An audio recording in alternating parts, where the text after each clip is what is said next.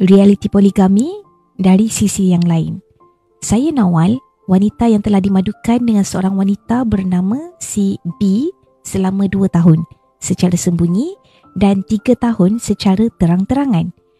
Saya wanita yang berkejaya dan ibu kepada 2 orang anak. Ramai orang fokus pada kesan poligami ni yang membuatkan wanita rasa dikhianati dan kasih sayang berbahagi. Tapi kali ni saya nak kongsi sisi lain poligami mengikut pengalaman saya yang baru beberapa tahun ni. Perkongsian ini saya nak tujukan kepada 3 golongan. Yang pertama buat isteri pertama yang baru dimadukan sebagai perkongsian pengalaman. Yang kedua buat suami yang teringin untuk berpoligami. Dan yang ketiganya untuk wanita yang teringin untuk jadi isteri yang kedua. Okey? Ibarat ibu tunggal separuh masa. Hampir separuh masa suami saya akan berada di rumah isteri lain. Majlis keluarga macam tahlil, kenduri kahwin, hari keluarga, majlis hari jadi. Kadang-kadang saya hadir tanpa suami. Kena hadap soalan-soalan kawan dan saudara mara. Bawa anak pergi taman sorang-sorang, shopping barang rumah sendiri, ibarat ibu tunggal separuh masa. Sama juga dengan si B, banyak perkara yang kena buat sendiri tanpa suami. Bila anak biasa dengan saya, anak tak nak diuruskan suami. Jadi kedua-dua isteri kena pandai berdikari. Kalau rasa diri tu lemah tanpa lelaki, baik tak payah kahwin dengan suami orang. Mungkin orang cakap orang lain PJJ okey je. Tapi lain sebenarnya. Perasaan bila suami tiada untuk hal kerja versus suami tiada untuk bersama dengan isteri lain. Sedap sikit, penat yang banyak. Poligami ni bukan mencabar untuk isteri-isteri je. Jadi suami pun mencabar. Suami saya selalu beritahu dia penat, tak sempat nak rehat, tak ada masa untuk diri sendiri. Bila sibuk ke rumah sana, ke rumah sini, dia tak sempat nak rehat. Bila orang lain short cycling, main badminton, ride dengan kawan-kawan, suami saya dia perlu spend masa bersama keluarga. Yelah kan, masa bersama keluarga dah kena bagi 2, dah berkurang. So kenalah guna sebaiknya. Cubit bal kanan, bal kiri pun terasa. Cinta 3 segi ni saling berkait. Kalau suami saya tengah gaduh dengan si B, perangai dia akan berubah di rumah. Banyak termenung, senang melenting, serba tak kena. Padahal hubungan saya dengan dia okey je. Bila ditanya, rupanya tengah ada konflik dengan si B. Tak pasal-pasal saya pula yang kena tempias. Perebutan kuasa. Mesti ramai orang cakap isteri kalau reda tak ada nak gergaduh kan. Tapi antara anak-anak pun ada persaingan tanpa kita sedar. Bila baby baru lahir, anak kita yang kecil akan rasa tergugat, akan tantrum, banyak merajuk untuk dapatkan perhatian kita. Itu dah jadi fitrah dah. Ya, lama-lama makin okey.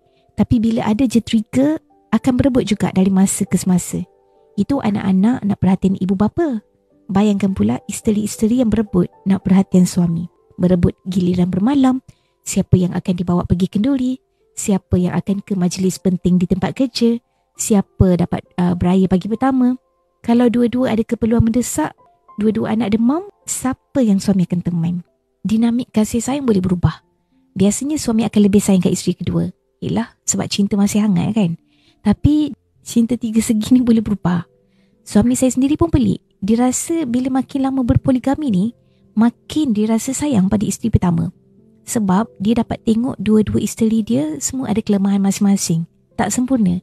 Bila yang baru dah jadi mak orang, tak sempat nak melaram, jadi makin garang. Sekarang ni si B selalu komplain suami tak sayang dia, lebih sayangkan yang pertama. So jangan confident, suami akan sentiasa lebih cintakan yang kedua selamanya. PJJ dan poligami, bila 2 elemen ni digabungkan, rumah tangga akan jadi sangat mencabar. Si B dipindahkan ke negeri lain atas urusan kerja. Bayangkan, dia terpaksa bersusah payah seorang diri di perantauan. Tapi suami bahagia ada isteri pertama untuk menemani. Bagi lelaki yang nak berpoligami dengan wanita yang berkejaya, fikirlah banyak-banyak kali. Bila PJJ ni susah, akan jadi makin penat. Social media. Pernah saya upload sekeping gambar bersama suami dan anak-anak di social media saya. Dan si B sindir suami saya, katanya, seronoklah dapat bersama keluarga bahagia. So, suami pesan, tak boleh upload gambar bahagia-bahagia di social media. Yelah, pergi makan angin jauh-jauh, kadang-kadang nak juga upload kan. Bukan selalu pun. Satu lagi, jalan makan angin ni, suami siap pesan pada ahli keluarga yang lain supaya tak bagi tahu si B. Jadi, kalau memang jenis suka upload di social media, tak sesuai lah untuk kahwin dengan suami orang. Nanti banyak benda yang tak dapat nak upload. Biasa orang tahu pasal mampu kan, kemampuan duit untuk poligami. Betul. Sekurang-kurangnya tahu dulu, suami tu ada simpanan ke tidak. Kalau tiada simpanan, maksudnya dia tak ada duit lebih pun untuk sara yang seorang lagi. Mampu yang kedua adalah mampu masa. Suami saya ni sibuk, jadi masa yang sikit tu terpaksa pula dibagi dua. Dapatlah sikit-sikit seorang. Dan mampu yang ketiga pula adalah mampu mental. Isteri seorang pun dah banyak beletih. Bayangkan dua isteri. Pergi rumah sana kena, pergi rumah sini pun kena beletih lagi. So, mental suami kena kuat. Yang keempat pula, mampu dari segi agama. Kalau suami tu solat pun tak jaga, kita pula sebagai isteri-isteri yang kena pimpin dia untuk sentiasa taat pada Allah. Janji palsu, mesti pandai pembohong, mesti pandai temberang. Tersangatlah betul apa yang P. Ramlee sebut dalam lagunya. Suami akan banyak menipu ataupun berhelah